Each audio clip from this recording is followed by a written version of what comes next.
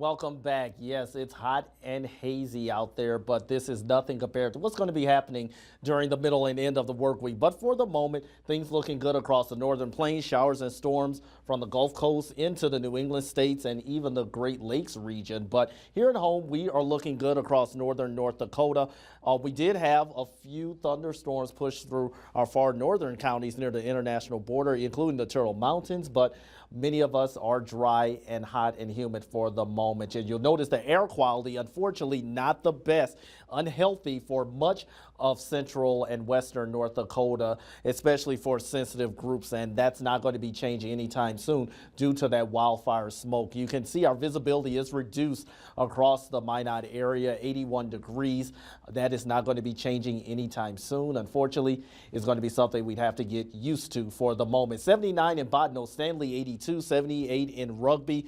Little to no wind to push that smoke away. So that's why it continues to linger across the region. And that wind only out of the north around 5 miles per hour.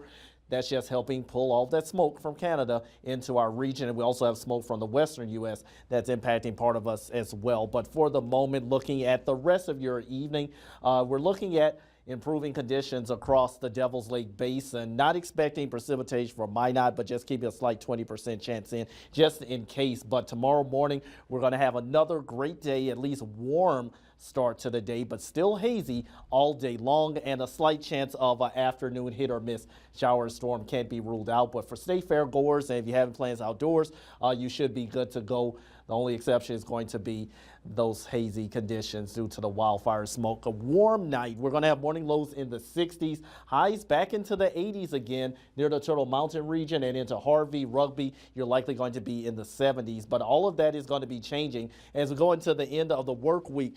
Got that big ridge of high pressure well off to our west. Eventually, that does finally start to creep a little farther to the east. And as it does, that's going to bring a dome of heat to the plains. And that's going to give us some really hot temperatures during the dog days of summer. Wednesday, look at that, 80s, Minot, likely 90s for Highway 83. On westward, it's going to be even hotter than that. For far western North Dakota, they could be looking at triple-digit temperatures as we go into Thursday.